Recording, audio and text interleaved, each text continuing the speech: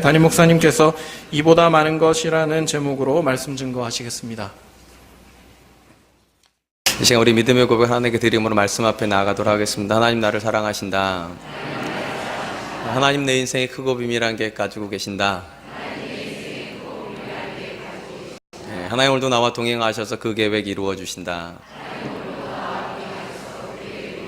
아멘. 그렇게 될 줄로 믿습니다. 아멘. 인류의 역사는 하나님의 뜻과 사람의 뜻이라고 하는 두 줄기의 큰 물줄기가 서로 얽히고 설켜서 만들어가는 사건의 기록이라고 말해도 틀리지 않을 것 같습니다. 인류 역사가 시작될 때 하나님께서는 그분의 뜻을 그분의 형상대로 창조된 아담과 하와에게 분명히 전달하셨습니다. 하나님의 뜻은 인류가 에덴 동산에서 하나님과 동행하는 것이었고, 이 하나님의 분명한 뜻은 선악과 나무를 따먹지 말라고 하는 부가적인 명령과 함께 주어졌습니다.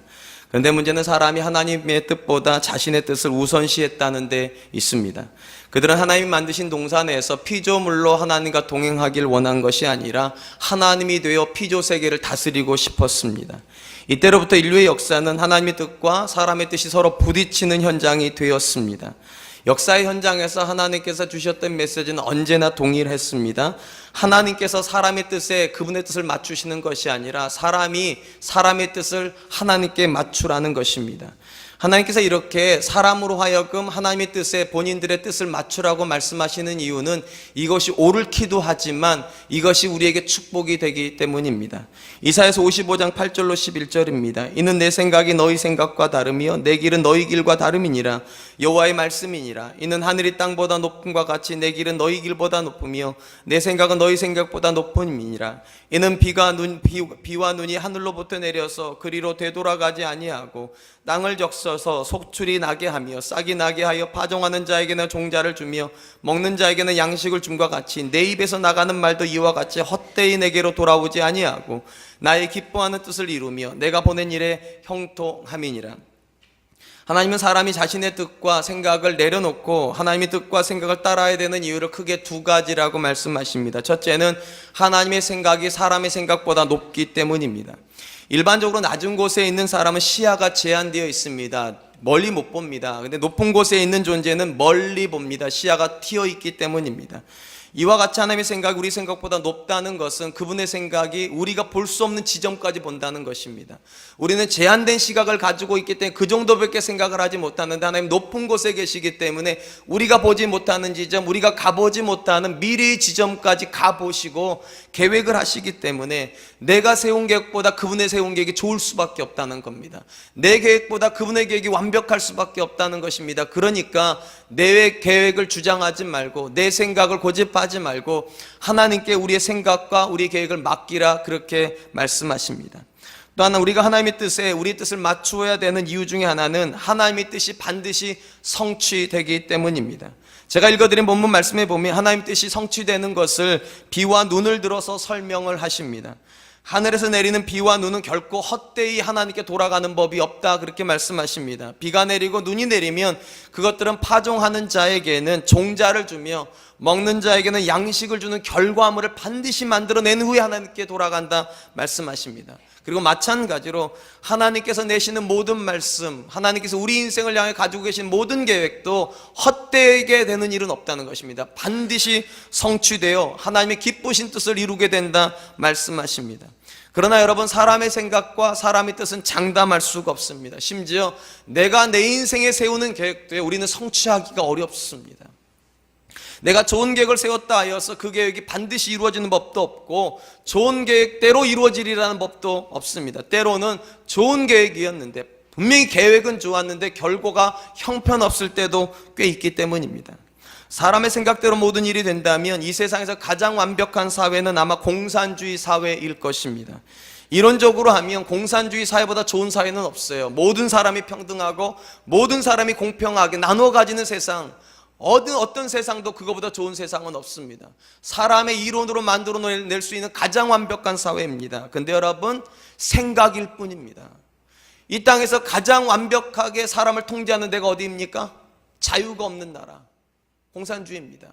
가장 계급이 발달된 사회가 어디입니까? 공산주의입니다.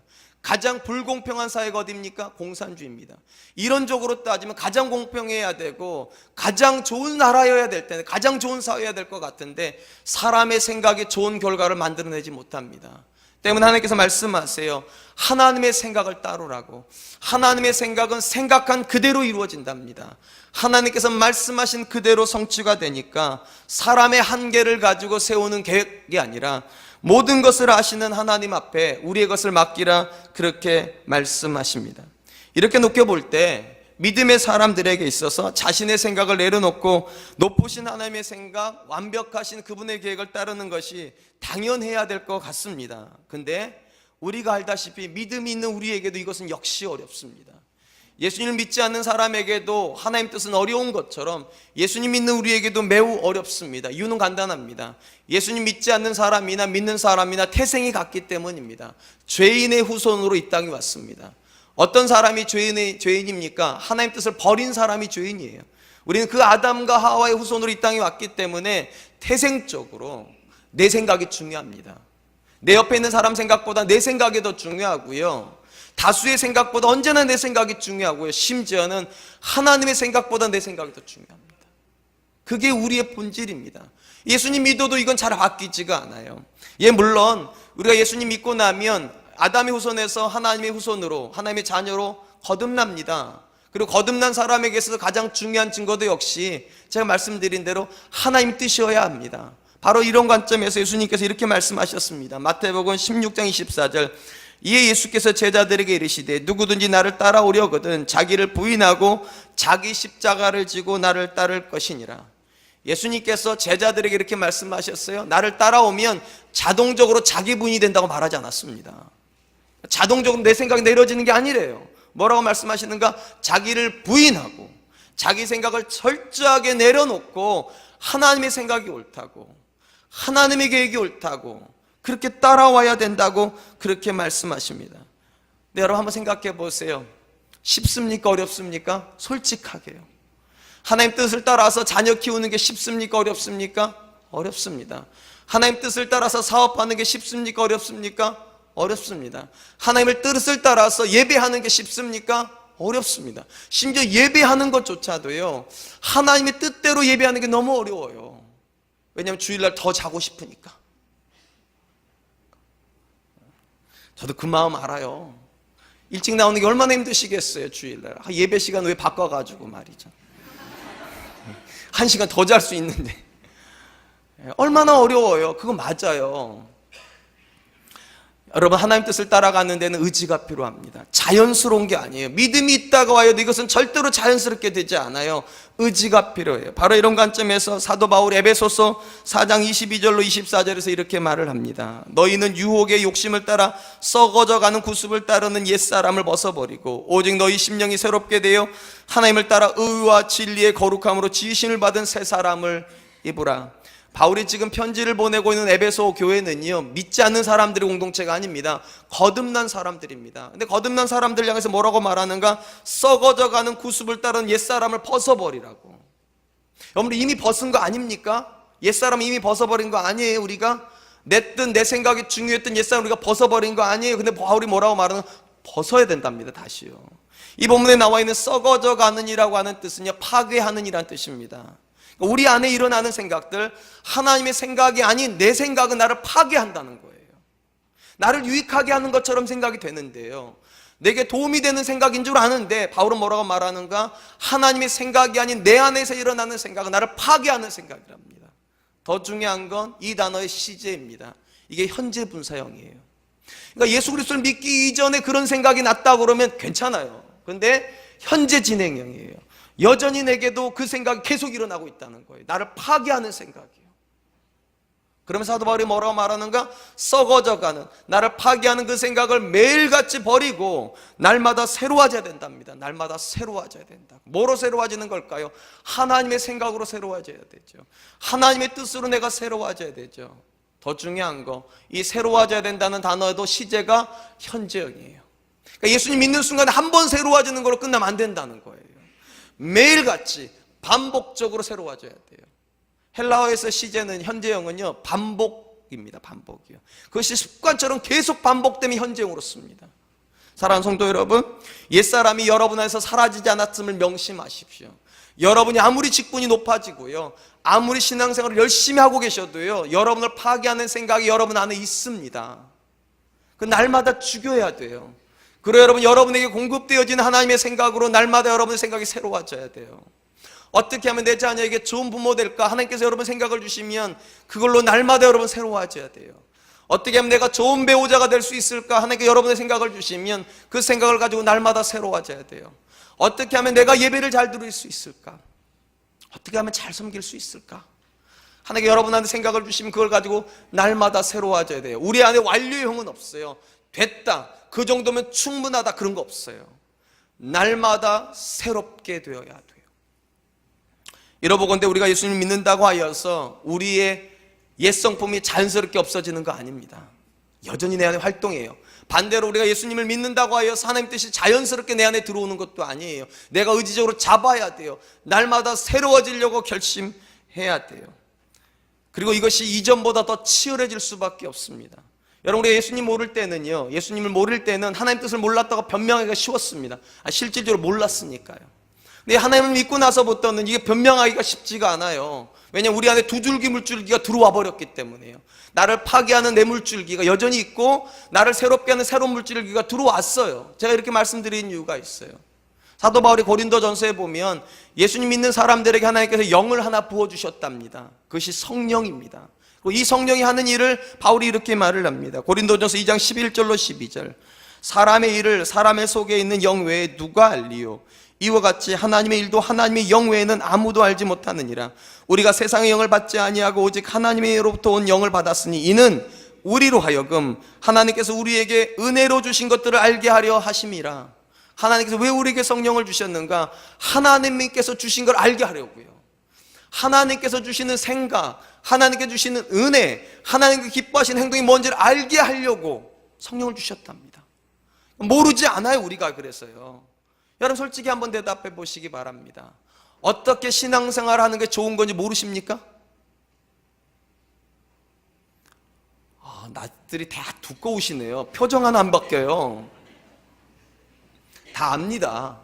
어떻게 자녀를 키워야 되는 거 모르십니까? 성경적으로 다 압니다. 어떻게 직장 생활해야 되는지 모르십니까? 다 압니다. 어떻게 부부관계를 이루어가야 되는지 모르십니까? 다 압니다. 왜냐하면 성령 하나님께서 우리에게 말씀하시거든요. 무엇이 옳은 건지, 무엇이 바른 건지, 무엇이 하나님을 기쁘시게 하는 건지 다 알아요. 근데 문제는 우리가 그걸 안 잡는다는 데 문제가 있어요.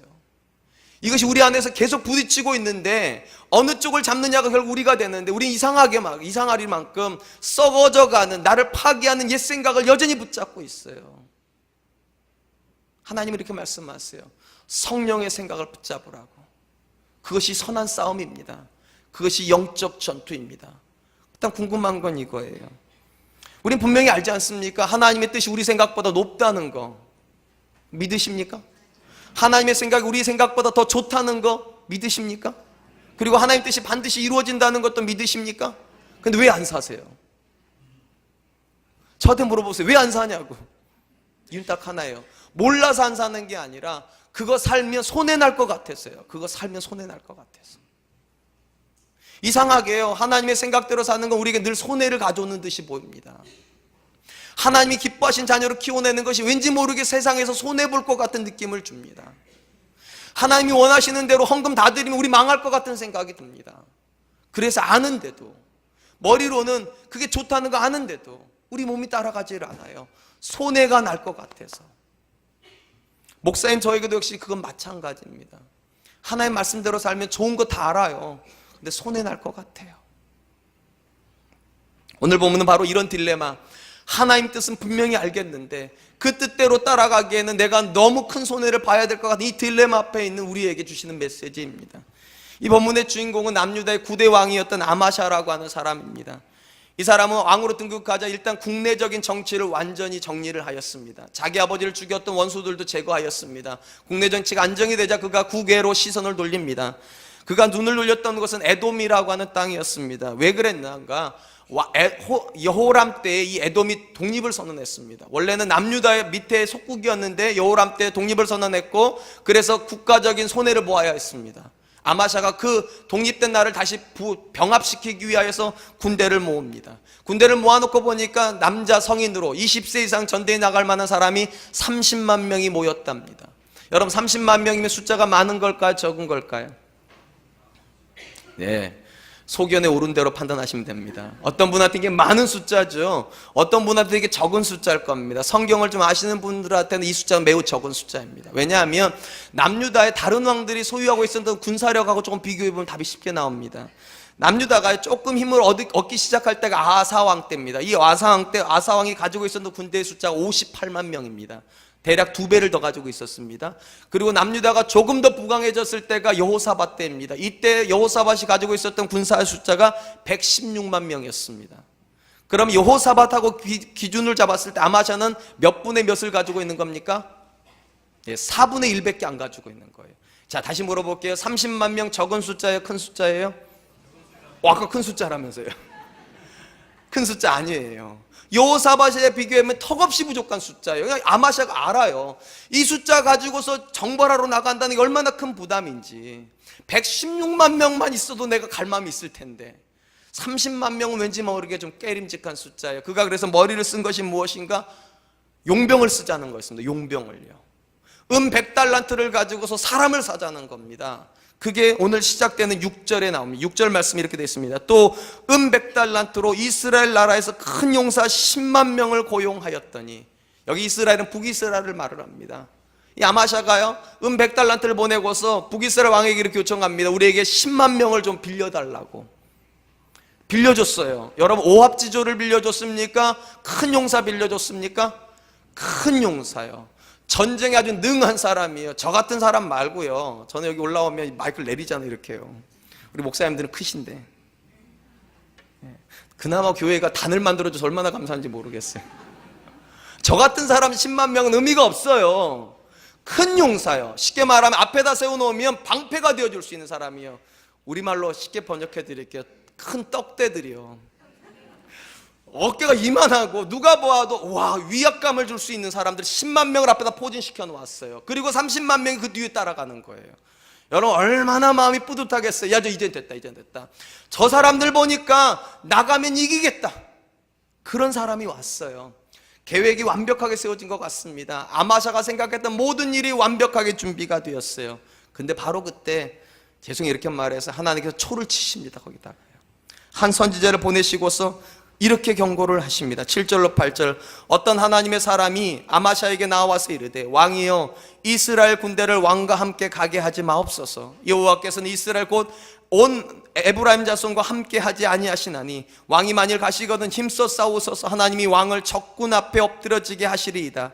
하나님은 능히 돕기도 하시고 능히 패하게도 하시나이다 하니. 계획이 완벽했는데 지금요, 아마샤 나름대로 정말 완벽하다 생각했는데 하나님 뭐라고 말씀하시는가? 틀렸다는 거예요. 틀렸다는 거예요. 왜냐하면 네가 이스라엘 군대 10만 명과 함께 가면 나는 안 간다는 거예요. 왜 안 가는가?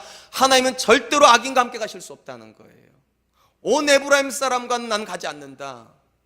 그리고 이렇게 말을 합니다. 가거든 힘써 싸우라고. 그 10만 명과 함께 힘써 싸우라고. 왜 힘써 싸워야 되는가? 내가 너를 파괴하기로 이미 결정해놨다는 거예요. 내가 너를 넘어뜨기로 결정했으니까 한번 가가지고 너희 힘들 한번 힘껏 싸워보라고. 어느 것이 너를 위하는 건지 보게 될 거라고. 그리고 하나님께 이렇게 말씀하십니다. 하나님은 능히 돕기도 하시지만 때로는 능히 패하기도 하신다고. 여러분, 하나님께서 성도를 항상 도우십니까? 우리가 어떤 사람인가 상관없이 항상 하나님 은혜를 주십니까? 아니에요. 여기 이렇게 말씀하시잖아요. 하나님 돕기도 하지만 하나님의 뜻이 아닌 자기 생각을 고집하는 사람에게는 패하기도 하신답니다. 내 생각을 내놓지 않는 사람에게는 하나님 언제나 은혜 베푸시지 않으신답니다. 때로는 패하게도 하십니다. 지금 이 아마샤가 지금 상당히 난처한 상황에 놓였습니다. 자기 군대로는 못 이길 것 같아서 10만 명을 빌려왔는데 하나님 하시는 말씀이 10만 명 다시 돌려보내랍니다. 돌려보내야 될까요? 말아야 될까요? 이게 지금 아마샤에게는 큰 딜레마예요. 보내기도 그렇고 안 보내기도 그렇고 10만 명을 보니까 어깨가 이만큼이나 높은 게 너무 마음이 좋은데 저 사람들이랑 가야 될 것 같은데 하나님 하신 말씀이 가면 안 된다고 그러고 어떻게 해야 될까요? 우리 자녀 키울 때 그러지 않습니까? 학원 선생님이 너무 믿음직스러워요. 이 학원 선생님에게 우리 자녀만 붙여놓으면 서울대 아니라 뭐 스카이 다 갈 것 같아요. 정말 좋을 것 같은데 이 선생님이 주일날 꼭 9시 오라고 그래요. 우리 아이 중등부 가야 되는데 고등부 가야 되는데 안 보내기가 너무 아쉬워요. 이거 보내면 분명히 좋은 학교 가는데 그렇다고 보내기도 깨림직해요. 내가 이거 하나님 앞에 예배도 드려야 되겠고 도대체 어떻게 해야 될까? 이런 걸 딜레마라고 그러는 겁니다. 한국 부모들은 어떻게 한 줄 아십니까? 한속봉 후회드리기 때문에 너는 떡을 썰어라, 나는 글을 쓸 테니까. 안 웃으시는 거 보세요. 수준도 보세요.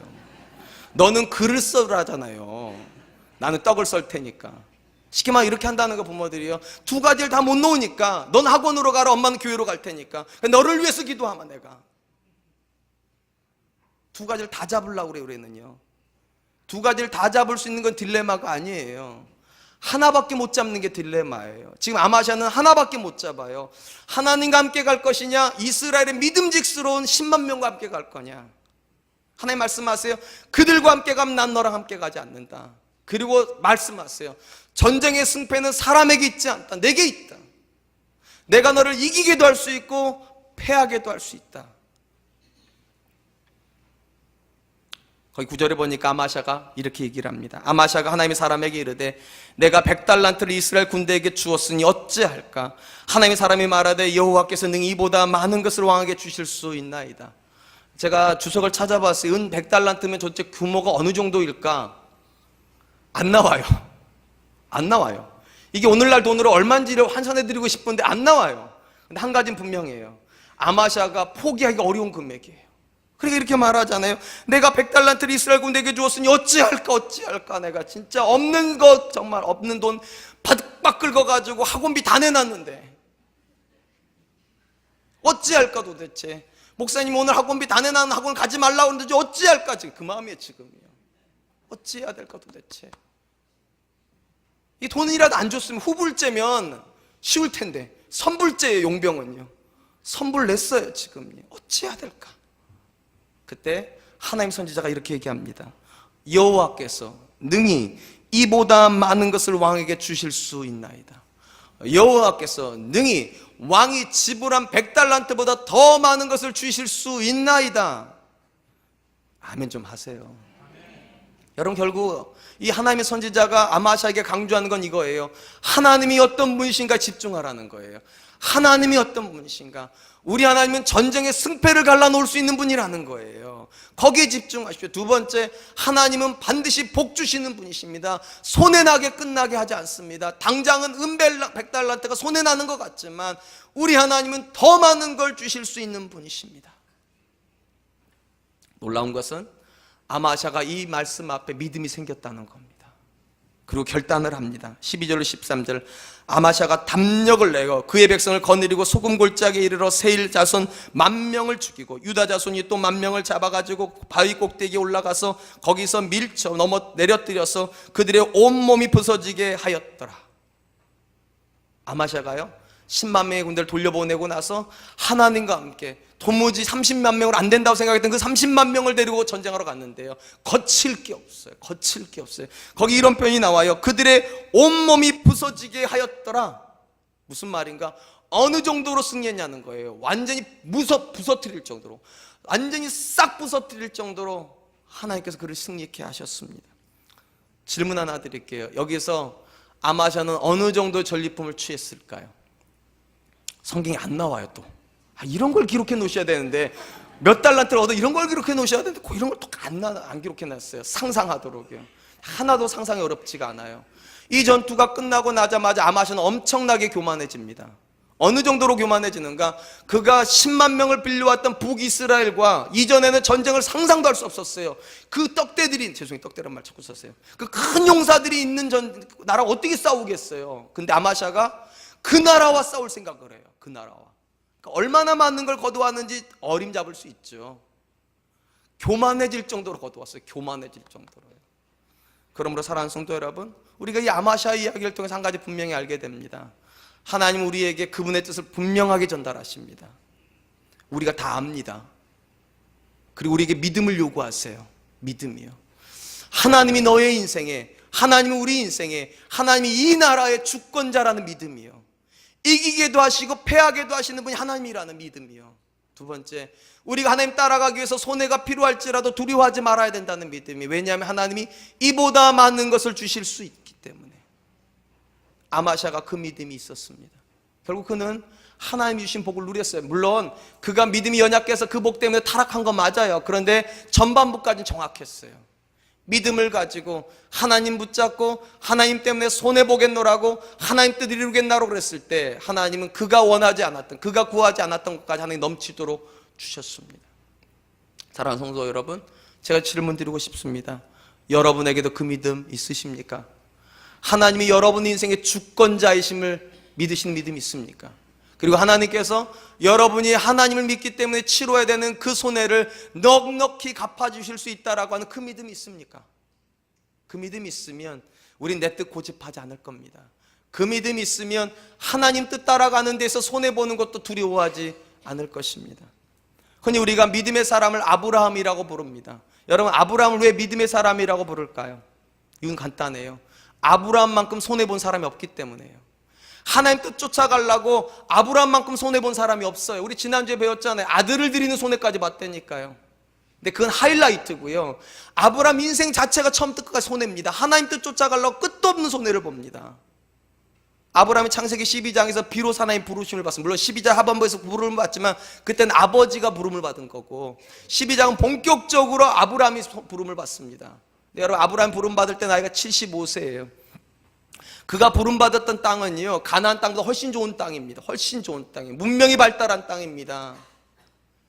우루 땅, 하란 땅은 다 문명이 발달한 땅이에요. 근데 하나님께서 어떻게 하십니까? 그 문명이 발달하고 안정적인 생활을 하고 있었던 아브라함에게 떠나라고 말씀하십니다. 그것도 수준이 떨어지는 땅으로요. 가나안 땅으로요. 여러분, 이거는 상상을 할 수 없는 선택이에요. 여러분 75세 나이에 수준 떨어지는 마을로 가고 싶으세요? 또 얼굴들이 두꺼우셔서 대답을 안 하시네. 쉽지 않은 선택이에요. 근데 아브라함 어떻게 한 줄 아십니까? 손해를 작정하고 떠납니다. 하나님 때문에. 그게 창세기 12장이에요. 창세기 13장에 보면 또 하나의 손해가 나옵니다. 우리가 잘 아는 이야기가 나옵니다. 아브라함하고 조카 롯이 싸우는 이야기가 나옵니다. 물론 두 사람이 싸운 게 아니죠. 목자들이 싸웠어요. 왜 싸웠습니까? 목초지 때문에요. 물 때문에요. 아브라함에게도 많은 양떼가 있었고 롯에게도 많은 양떼가 있었습니다. 근데 둘이 싸워요. 이제 헤어져야 될 때가 됐어요. 아브라함이 어떻게 합니까? 네가 우하면 나는 좌하겠다고. 거기 오른쪽에 좋은 땅이 있었습니다. 오른쪽에 많은 목초지가 있었어요. 아브라함 말을 하잖아요. 네가 우하면 내가 좌쪽 가지겠다고. 이 좌쪽은요, 산악지형이에요. 물이 많지가 않아요. 목초지가 많지 않아요. 손해가 보이는 땅이에요. 아브라함 얼마든지 이렇게 말할 수 있어요. 나는 우쪽, 너는 좌쪽 해라. 얼마든지 그럴 수 있어요. 근데 아브라함이 네가 우하면 나는 좌하리라. 실질적으로 롯은 우쪽, 오른쪽으로 갑니다. 왜 그렇게 합니까? 왜? 이유는 딱 하나예요. 하나님의 말씀을 따르기 위해서, 하나님의 뜻을 쫓기 위해서요. 하나님께서 아브라함 부르실 때 뭐라고 말했습니까? 너는 복이 될지니라. 너는 손해가 될 것이 아니라 너는 복이 될지니라. 그게 하나님 뜻이었어요. 아브라함한테요. 그러니까 아브라함이 롯에게 손해를 끼치는 사람으로 살지 말고 아브라함이 만나는 모든 사람에게 복을 끼치는 사람이 되라는 게 하나님의 뜻이었어요. 그렇기 때문에 오른쪽을 주는 겁니다. 손해보는 거예요.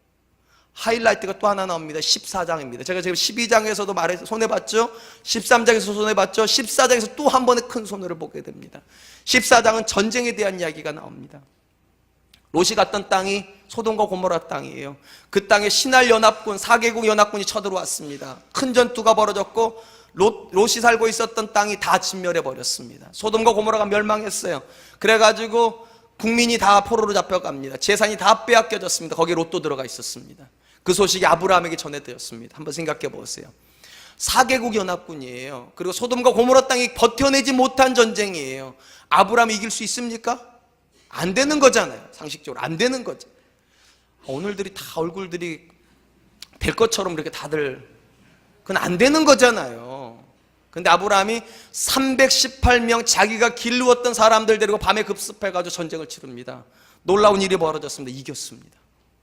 어마어마한 재산이 얻어졌습니다. 전리품을 다시 다 가져왔으니까. 한 성뿐만 아니라 그들이 지나오면서 가졌던 모든 전리품을 다 가져온 겁니다. 그리고 수많은 사람들을 포로로 잡아왔습니다. 다시요. 아브라함이 데리고 옵니다. 그 데려올 때 소돔왕이 나가가지고 아브라함을 영접하면서 이렇게 얘기를 합니다. 창세기 14장 21절, 소돔왕이 아브라함에게 이르되 사람은 내게 보내고 물품은 내가 가지라. 사람만 내게 달라고. 여러분, 이거 명령입니까? 요청입니까? 이거 요청이에요. 여러분 생각해 보세요. 지금요 소돔 땅은요 군대가 진멸된 땅 상태예요. 지금요 아브라함이 지금 모든 포로를 잡아온 거예요. 그럼 아브라함 힘이 더 있는 거예요. 지금요 이렇게 말할 자격이 없어. 사실 소돔왕이 이렇게 말해야 돼. 우리를 다스려 주옵소서 이래야 되는 거예요. 사실은요. 근데 소돔왕이 자존심은 있으니까 백성을 주시면 다시 시작할 수 있으니까 백성은 주고 재물은 다 가지십시오. 할렐루야 아닙니까? 이 정도만 돼도 어마어마한 거 얻을 수 있잖아요. 근데 아브라함이 이때 이렇게 선언을 합니다. 창세기 14장 22절 23절, 아브라함이 소돔왕에게 이르되 천지의 주제시오. 이게 참 근사한 말입니다. 천지의 주제이시오. 쉽게 말해 한 사람의 인생을 좌지우지하신 통치권을 가지고 계신 분인 지극히 높으신 하나님 여호와께 내가 손을 들어 맹세하노니 내 말이 내가 아브라함으로 치부하게 딸까 하여 내게 속한 것 실 한 오락이나 들매끈 한 가락도 내가 가지지 아니하리라. 그 밤에 쫓아가가지고 생사를 알 수 없는 전쟁을 했던 아브라함이 뭐라고 말합니까? 내가 하나도 안 가지겠답니다. 하나도 안 가지겠다. 왜냐하면 사람들이 자기를 향하여서 소돔 때문에 못 받았다는 얘기하는 게 싫으니까. 그게 싫으니까. 왜냐 하나님의 약속이 있었잖아요. 하나님의 약속이 무엇이었습니까? 내가 내게 복을 주겠고 내가 너를 복이 되게 하겠다는 약속이에요. 그 말씀이 아브라함에게 있단 말이에요. 그게 하나님의 뜻이에요. 하나님이 주시는 복으로 아브라함이 복 받는 게 하나님의 뜻이에요. 소돔이 주는 걸로 복 받는 게 하나님의 뜻 아니에요. 악한 사람들의 재물로 내가 복 받는 게 하나님의 뜻 아니란 말이에요. 아무리 그것이 큰 것일지라도, 아무리 그것이 많은 것일지라도. 창세기 12장 2절 이렇게 기록이 되어 있어요. 내가 너로 큰 민족을 이루고 내게 복을 주어 내 이름을 창대게 하리니 너는 복이 될지니라. 여러분 지금 창세기 12장 2절에서 주신 이 메시지가 이루어지는데 꽤 시간이 걸려요. 근데 창세기 14장에서는요 아브라함이 기꺼이 이룰 수 있어요. 여러분 그 빼앗아 왔던 그 많은 사람들 자기가 다스리면 이미 국가가 돼버리는 겁니다. 그냥 그 자체로 그냥요. 자기가 국가를 이룰 수가 있게 됐어요. 그 많은 재물 그대로 다 자기가 가지면 복도 받은 겁니다. 그 당시 그 나라 그 주변 열국에서 아브라함처럼 많은 재산 가진 사람 없어질 거예요. 이렇게 되면은요. 그럼 쉽게 이루어지는 거 아닙니까? 나라도 이루었고 복도 받은 건데. 아브라함 그렇게 하지 않아요. 왜요? 자기 뜻으로 이루는 복 아니니까요. 자기 뜻으로 이루는 민족 아니니까요. 하나님의 뜻은 아브라함으로 이루는 거 아니니까요. 하나님이 이루어주는 거니까. 내가 너로 해요. 내가 너로 해요. 아브라함이 그 믿음이 있어요. 하나님께서 이보다 많은 것을 주실 수 있나이다. 이것보다 많은 민족을, 이것보다 많은 재산을 하나님께서 주신다는 믿음이 있으니까 기꺼이 손해봅니다. 기꺼이요. 놀라운 것은 아브라함이요 소돔왕을 등으로 돌리고 집으로 돌아오자마자 하나님께서 그를 부르신다는 겁니다. 창세기 15장 1절 그리고 5절입니다. 이후라는 말은요 소돔왕을 만나고 난 다음입니다. 이후에 여호와의 말씀이 환상 중에 아브라함에게 임하여 이르되 아브라함아 두려워하지 말라. 나는 내 방패요 너의 지극히 큰 상급이니라. 쉽게 말하는 거야. 네가 놓고 온 그 돈 두려워할 거 없다. 걱정할 거 없다. 내가 너보다 그것보다 훨씬 큰 상급이라고. 훨씬 큰 상급이라고. 하나님이 더 크다는 거예요. 그 재물보다요. 그리고 내가 나를 너에게 준다는 겁니다. 내가 너한테 나를 준다고. 그리고 이렇게 말씀하세요. 그를 이끌고 밖으로 나가서 이르되 하늘으로 무뼈를 셀 수 있나 보라. 또 그에게 이르되 내 자손이 이와 같으리라. 여러분 소돔과 고모라 땅의 그 백성들 아브라함이 다스려 본들이요 보이는 숫자예요. 보여요 다. 근데 하나님께서 뭐라 말씀하십니까? 하늘의 무뼈를 한번 세보라고. 네가 셀 수 있겠냐고. 여러분 요즘 별이라고 생각하면 안 돼요. 요즘은 다 셀 수 있습니다. 너무 어두워가지고 잘 안 보이니까 몇 개밖에 없어요. 근데 여러분 중동 땅 같은 데 가보세요. 셀 수가 없어요. 얼마나 많은지. 하나님이 지금 뭐라고 말씀하시는가? 네가 놓고 온 그 백성도 염려하지 말아라. 내가 그거보다 더 많은 백성을 너에게 주리라. 그리고 그 말씀대로 이루어졌어요. 그 말씀대로요. 우리가 지난 시간에 지난주에 살펴보았던 것처럼 창세기 21장에 소돔과 고모라 땅보다 더 큰 땅이었던 그랄 땅의 왕이 와가지고 아브라함이 뭐라 말합니까? 하나님이 너와 함께 계시다고, 우리가 너가 두렵다고, 얼마나 많은 복을 주셨으면. 그리고 이삭을 통하여서 이스라엘이라고 하는 어마어마하게 큰 백성을 주십니다. 하나님이. 그리고 열국을 다스리게 하세요. 아브라함 왜 믿음의 사람입니까? 그는 손해를 보는 사람이었기 때문이에요. 왜 손해를 보았습니까? 믿음이 있었기 때문에. 어떤 믿음이요? 하나님이 온 우주의 주인이시라는 믿음이요. 두 번째, 그 하나님이 이것보다 큰 걸 주실 수 있는 분이라는 믿음이요. 그래서 그는 하나님의 뜻을 쫓아갑니다. 제가 앞에서 말씀드렸듯이 하나님 뜻을 쫓아가는 데는 손해가 따릅니다. 그래서 모든 사람들이 주저합니다. 아브라함은 손해나는 현장에서도 주저하지 않습니다. 떠나라 그러면 떠납니다. 주라 그러면 줍니다. 포기하라면 포기합니다. 그리고 믿습니다. 하나님이 더 큰 걸 주실 것을. 저는 우리 사랑과 은혜교회 성도님들에게도 그 믿음이 있기를 축원드립니다. 이 믿음이 있으면 하나님 뜻 쫓아가는 것이 두렵긴 하겠지만 담대할 수 있을 줄로 믿습니다. 이 믿음이 있으면 하나님께서 여러분들에게 주시는 복을 누리게 될 줄로 믿습니다. 이제 말씀을 맺겠습니다. 우리가 거듭난 성도일지라도 여전히 어려운 것은 하나님 뜻을 내 뜻보다 앞세우는 것입니다. 이유는 간단합니다. 하나님 뜻대로 살면 우리가 당장 손해보기 때문입니다. 맞습니다. 그건 불변의 진리입니다. 하나님의 뜻을 쫓아가는데 당장 이득 보는 건 없습니다. 당장 손해봐야 됩니다. 당장 십자가 져야 됩니다. 근데 여러분, 십자가 끝에 부활이 있습니다. 반드시 우리가 경상할 수 없는 놀라운 것을 하나님이 채워주십니다. 아마샤에게 큰 은혜를 주셨습니다. 아브라함에게 큰 복을 주셨습니다. 저는 우리 사랑과 은혜 교회도 그런 복 받을 자격이 있는 교회라고 믿습니다. 우리가 여기까지 올 때까지 손해 안 보고 온 거 아닙니다. 수많은 손해 보고 여기까지 왔습니다. 그러나 여러분, 두려워하지 마세요. 하나님이 손해의 현장에 계세요. 이득의 현장에 계시지 않아요. 하나님이 이득 보았던 롯에게 계신 것이 아니라 손해를 보았던 아브라함에게 계셨어요. 아멘 하시는 게 좋을 거예요. 그리고 하나님께서 오늘도 그분의 뜻을 쫓아가기 위해서 손해보려고 하고 십자가 지려고 하고 고통당하려고 하는 저와 여러분들과 함께 계실 줄로 믿습니다. 그리고 우리 이렇게 믿어야 됩니다. 하나님이 우리 인생의 주인이시다. 하나님이 이것보다 더 많은 것을 주실 수 있다. 우리가 그 믿음 가지고 이번 한 주간도 가족들 만날 때 이득 볼 생각하지 마세요. 그리스도인답게 베푸십시오. 그리스도인답게 나눠주십시오. 그리고 이 교회가 이 땅에 존재하는 동안에 우리가 손해보는 결정이라면 하십시오. 하나님께서 반드시 귀한 걸로 채워주실 줄로 믿습니다.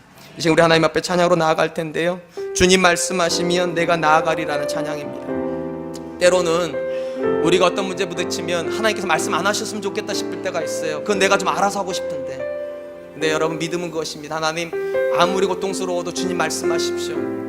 아무리 어려워도 주님 뜻을 알려주십시오. 내가 순종하겠습니다. 나아가라고 그러면 나가겠고, 멈추라고 그러면 멈추겠습니다. 그래서 하나님 뜻을 이루십시오. 우리가 그 마음으로 살고 그 마음으로 이 땅에서 고백하며 살겠노라고 이 시간 우리 하나님께 찬양으로 나아가도록 하겠습니다. 주님 말씀하시면 주님 말씀하시면 내가 나아가리라. 내가 나아가리라. 주님 뜻이 아니면 주님 뜻이 아니면 내가 멈춰서리라. 내가 멈춰서리라. 나의 가고 서는 것 주님 뜻에 있으니 오 주님 나를 이끄소서. 나를 이끄소서. 다시 한번 합니다. 주님 말씀하시면 주님 말씀하시면 내가 나아가리라. 주님 뜻이 아니면 주님 뜻이 아니면 내가 멈춰서리라. 나의 가고 서는 것 주님 뜻에 있으니 오 주님 나를 이끄소서. 뜻하신 그곳에 뜻하신 그곳에 나 있기 원합니다. 이끄시는 대로 순종하며 살리니 연약한 내 영혼 통하여 일하소서. 주님 나라와 그 뜻을 뜻을 위하여 뜻하신 그곳에 나 있기 원합니다. 뜻하신 그곳에 나 있기 원합니다. 이끄시는 대로 순종하며 살리니 연약한 내 영혼 통하여 일하소서. 주님 나라와 그 다시 한번 하겠습니다. 뜻하신 그곳에 나 있기 원합니다. 뜻하신 그곳에 나 있기 원합니다. 이끄시는 대로 순종하며 살리니 연약한 내 영혼 통하여 일하소서. 주님 나라와 그 뜻을 위하여 오 주님 나를 이끄소서. 오 주님 나를 이끄소서. 사랑하는 성도 여러분, 눈을 한번 감아 보시겠습니까? 지금 여러분이 서 있는 삶의 현장, 여러분이 결정해야 될 문제 앞에 여러분 하나님 뜻을 모르십니까? 정말로 하나님 뜻이 무엇인지 몰라서 결정하기가 너무 어려우십니까? 그렇다면 이렇게 기도하십시오. 하나님 뜻을 알려주십시오. 성령 하나님께서 여러분들에게 분명히 알려주실 것입니다. 혹시 여러분 하나님 뜻을 아는데도 주저주저 되십니까? 그것 때문에 내가 손해볼까봐, 그것 때문에 내가 하나님 앞에서 정말 잘못될까봐 그것이 두려우십니까? 하나님께 믿음을 달라고 기도합시다. 하나님께서 내 인생의 주권자이심을 믿게 하여 주시고, 또한 하나님께서 이보다 더 큰 것을 주실 수 있음을 믿게 하여 주셔서 기꺼이 손해보게 하여 주시옵소서. 기꺼이 어려움 당하는 결정할 수 있도록 주님 도와 주시옵소서. 그리고 이렇게 기도합시다. 하나님, 내 삶을 통하여서도 아브라함의 기적이, 아마샤의 기적이 간증되어지게 하여 주시옵소서. 하나님 뜻을 쫓아갔더니 하나님께서 이렇게 복을 주시더라, 하나님께서 이렇게 큰 일을 이루어 주시더라, 간증할 수 있게 하여 주시옵소서. 또 우리 교회를 위해서도 기도해 주시기 바랍니다. 사람의 뜻보다 하나님 뜻이 언제나 앞서는 교회 되게 하여 주시고, 하나님 뜻을 쫓아가기 위해서 손해를 봐야 될 때 주저주저하는 교회가 아니라 기꺼이 손해보기로 작정하는 교회 되게 하여 주시옵소서. 우리를 통하여 주님 뜻이 이루어지기를 소망합니다. 우리 교회를 통하여 주님 뜻이 이루어지기를 소망합니다. 우리 같이 기도하도록 하겠습니다. 기도하겠습니다. 사랑하는 아버지 하나님, 감사합니다.